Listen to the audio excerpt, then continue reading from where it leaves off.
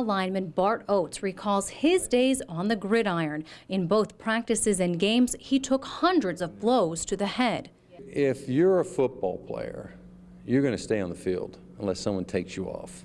And that credo's the likely cause behind the latest research published on traumatic brain injury in the NFL. It shows 40% of former players had some form of brain damage. We looked at 40 retired NFL players for signs of traumatic brain injury, and we found that approximately 43% had what we call objective evidence or evidence on advanced neuroimaging of traumatic brain injury.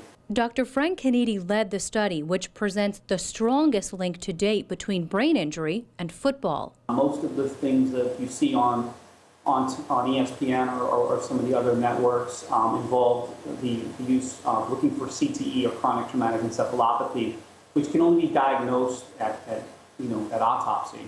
So this is one of the largest studies in living players. All of the participants played in the league for at least 7 years. 50% showed serious issues with executive function, like problem solving and attention.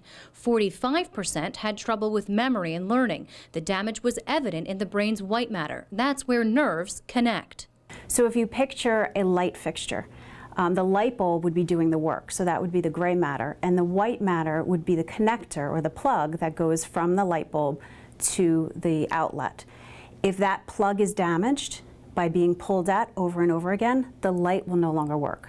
The study also suggested that the longer a player spent in the NFL, the more likely he was to show signs of a TBI. We're learning that subconcussive impacts have a cumulative effect over time.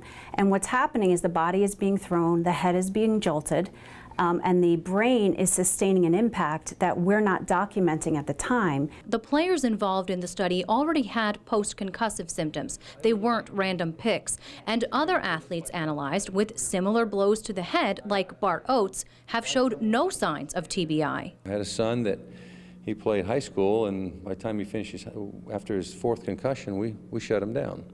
So he had for some reason he had a propensity for concussions.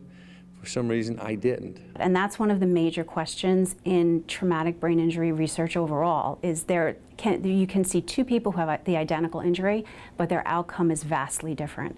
So we're really working at identifying what those factors are. For every piece of data uncovered, doctors say it leaves more questions to be answered. Both NFL players and neurology experts condone limiting contact in the sport, especially for youth, until more is known. For NJTV News, I'm Brianna Vanozzi.